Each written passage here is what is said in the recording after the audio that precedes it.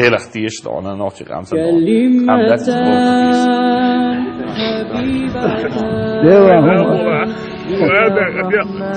وتبع الشريعة الطريقة معروفة هذا كفر فنسمع ولا أنا ولا ورد نعرض على وجه أقوى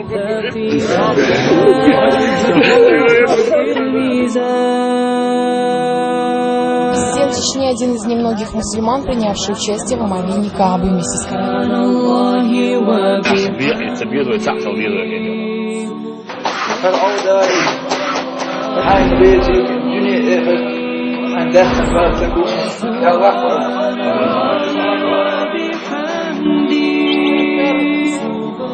Allahu Akbar, Allahu Akbar.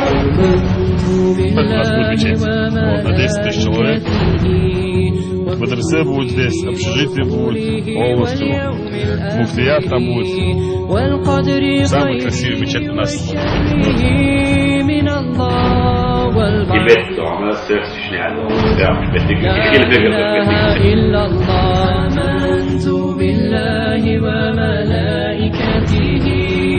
وكتبه ورسله واليوم الآخر والقدر خيره وشره من الله والبعث بعد الموت لا إله إلا الله لا إله إلا الله لا إله إلا الله لا إله إلا الله.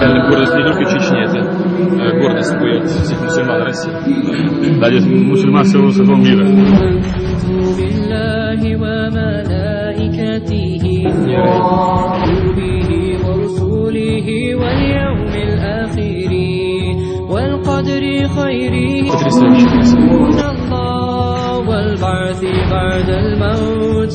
لا إله إلا الله آمنت بالله وملائكته وكتبه ورسله واليوم الآخر والقدر خيره وشره من الله والبعث بعد الموت لا إله إلا الله لا إله إلا الله.